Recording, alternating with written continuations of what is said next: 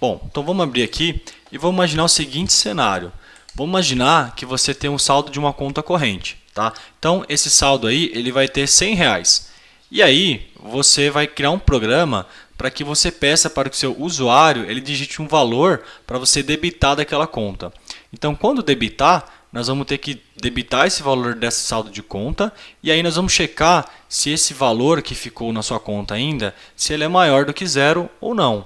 Ou seja, é normalmente um processo de um banco, né? Quando você vai num caixa eletrônico, você saca se você tem saldo. Se você não tem saldo, você não consegue sacar nada, a não ser que você utilize o seu LIS, mas não seria o caso. Então vamos lá, vou criar uma estrutura aqui, um tipo de dados do tipo double, porque nós vamos lidar aqui com pontos decimais, né? Com casas decimais. Então vou chamar de saldo conta e vou dar o valor aqui de 100. Então, já fica uma dica aqui, quando você for trabalhar com valores monetários ou alguma coisa que você precise de casas decimais, o double é um dos tipos que você pode utilizar, tá? Então, aqui vamos lá. Então, aqui eu vou mostrar o saldo da conta que eu tenho agora, que é R$ 100, e aí eu vou dar um console.write e vou pedir para que ele digite um valor. Então, vamos falar, digite um valor para debitar da sua conta. E aqui ele vai ler essa informação. Para ele ler essa informação, então vamos ter que colocar isso numa variável, certo? Então, debitar vai ser igual. Aqui, quando ele vai digitar, por padrão, é um valor com o tipo texto. Então, aqui a gente tem que usar aquela técnica de conversão. A gente tem que converter o valor que foi digitado como texto para ele virar um valor double. Então, para isso, a gente vai fazer convert.toDouble. E aqui nós vamos falar o que foi escrito na linha. Então, leia a linha, read line, leia a linha e coloque esse valor aqui. Então, até aqui, tranquilo, né? Temos o saldo da conta, ele vai pedir para que ele informe um valor para ser debitado e o mais importante é isso aqui. Ele vai digitar e esse console.readline vai vir como texto, mas aí nós temos que converter isso para o mesmo tipo que está aqui, ó. Porque você vai fazer uma subtração do saldo da conta, então tem que estar no mesmo tipo de dados.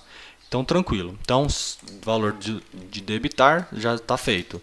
Aí aqui embaixo, nós vamos falar assim, o saldo da conta ele é igual ao saldo da conta, ou seja, ele mesmo, menos o debitar, que nós vamos ter que debitar ele em cima. E aqui que o if else entra. Então, aqui é onde você vai ter que fazer uma pergunta para o seu software, para o seu compilador. Se o saldo da conta for maior do que zero, nós vamos fazer uma coisa.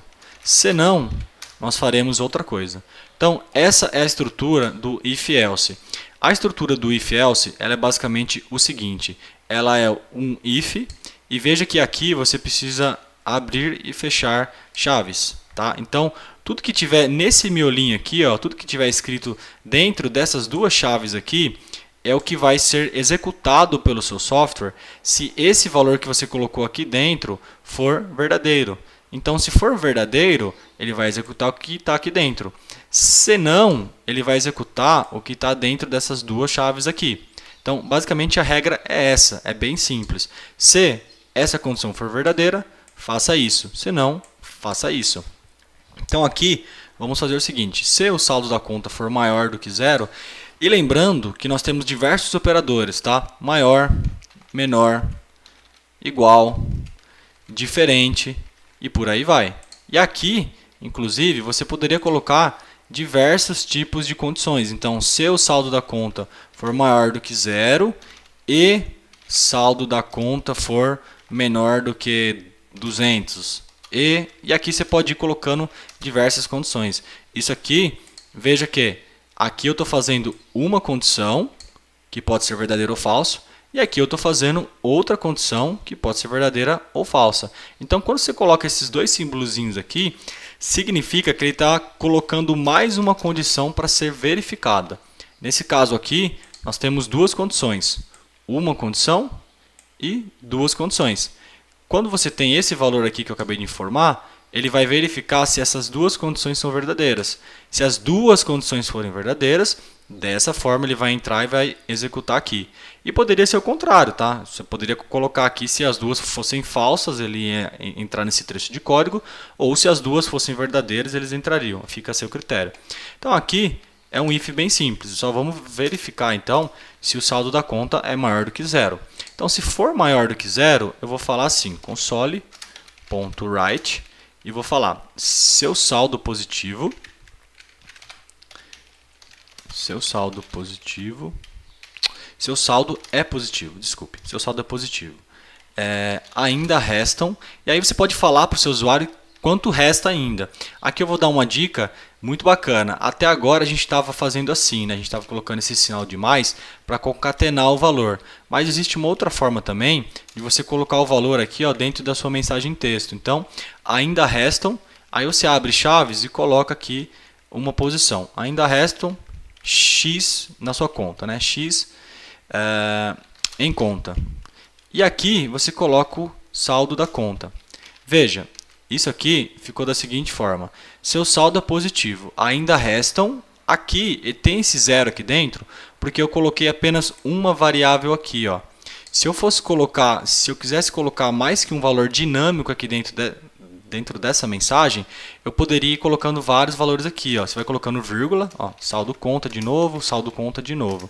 Aqui está zero, porque é a primeira posição que ele vai pegar para ser exibida. Qual que é a posição 0 nessas três variáveis? É essa aqui. Lembrando que aqui é a posição 0, aqui é a posição 1 e aqui é a posição 2. Certo? Então aqui, como a gente só tem um valor, eu só vou exibir a posição 0 da minha variável. Ou eu poderia fazer de forma diferente. Eu venho aqui, falo assim, ainda restam, ponho o maisinho para concatenar e ponho o valor da variável lá, que é saldo conta. Tá? Ainda restam X. Mas daquela outra forma ficou um pouco mais elegante. Tá? E beleza. E aí agora, se for negativo, ou seja, se você não tem mais saldo, ele vai falar console.write, seu saldo é negativo. Vamos lá. E aqui vamos dar um console.readKey para ele parar aqui e esperar que a gente digite mais uma tecla. Então, beleza, galera. A lógica basicamente é essa, a estrutura de controle é essa. Você recebe um valor, você converte isso para um booleano e aí você debita da conta. Você vai debitar aqui.